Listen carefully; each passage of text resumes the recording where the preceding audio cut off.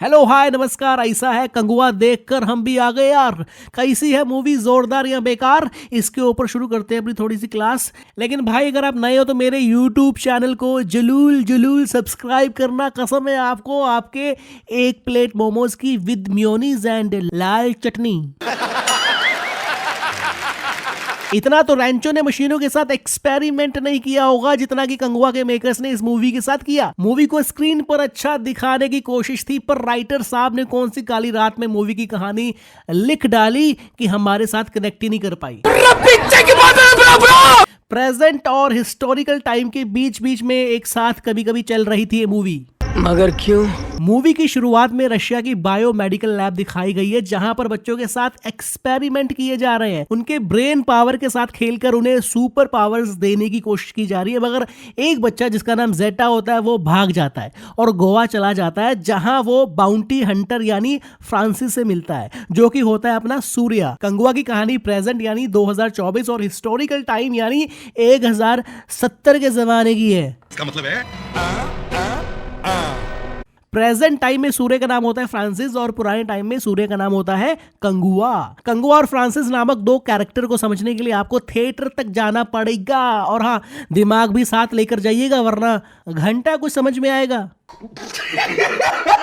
फिर अचानक से मूवी साल 1070 में चली जाती है। हमारे दिमाग के धागे और खुलने लगते हैं कि कैसे रोमन लोगों को 5 द्वीपों में से एक पर कब्जा करना होता है। एक द्वीप होता है सूर्य का और एक होता है बोबी द्योल यानी उदीरा का। लेकिन रोमन लोगों को पहले कंगुआ के द्वीप को खाली करवाने के लिए बोलते हैं, जो कि बड़ा मुश्किल होता है। हालांकि किसी के थ्रू कोशिश भी करते हैं लेकिन नहीं कर पाते। इसीलिए दूसरे द्वीप के राजा बोबी द्योल यानी उदीरा की हेल्प लेते हैं। उदीरा चंद सोनों के सिक्कों के लिए मान जाता है और अपने दोनों बेटों को कंगुआ को मारने के लिए भेजता है, पर दोनों ही कंगुआ के हाथों मारे जाते हैं। इसी के साथ उदीरा कंगुआ को मारने के लिए पागल हो जाता है। मूवी का क्लाइमेक्स मजेदार है। इसके अलावा 3D में आपको विजुअल का पूरा फील आएगा। समुद्र की लहरों में नाव को देख मुमकिन ये भी है कि जैक स्पैरो की भी आपको याद आ सकती है। मजाक है क्या?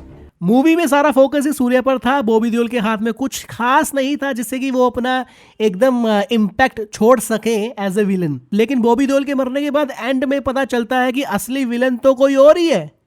यानी कि एक और ट्विस्ट, एक और कंफ्यूजन, एक और सस्पेंस, एक और कहानी को जोड़ दिया गया है देवरा की तरह। जी हाँ, कंगुआ 2 भी आएगी। लेकिन जैसे पहले हमें लगा था कि बॉबी देओल और सूर्या के बीच अच्छा एक्शन देखने को मिलेगा, वो नहीं देखने को मिला। यहाँ तक कि बॉबी देओल के हाथ में कुछ था ही नहीं। अरे भाई साहब, ऐसा ही था तो इतना लीपा पोती करने की क्या जरूरत थी? जिस विलन के अंदाज में बॉबी देओल को आगे किया गया था, तो लोग तो यही सोच रहे होंगे कि एनिमल के बाद बॉबी देओल कुछ और नया करने वाले हैं। लेकिन मेकर्स ने चालाकी के साथ सारा पलड़ा सूर्य पर ही भारी कर दिया। तो इन सारी कंफ्यूजन के बीच होता है मूवी का दी एंड। मूवी में दिशा पाटनी का उतना ही काम है जितना कि ऑफिस में एक HR का। बाकी आप समझदार हो। इतना ही नहीं, दिशा पाटनी को सोशल मीडिया पर ट्रोल किया जा रहा है। बाकी अगर आपने मूवी देख ली है तो कमेंट करके जरूर जरूर बताएं कि कैसा लगा आपको सूर्य का एक्शन। कमेंट करके जरूर जरूर बताना। बाकी बहुत ही जल्द आपसे मुलाकात होगी एक और नए वीडियो के साथ। Bye bye, take care.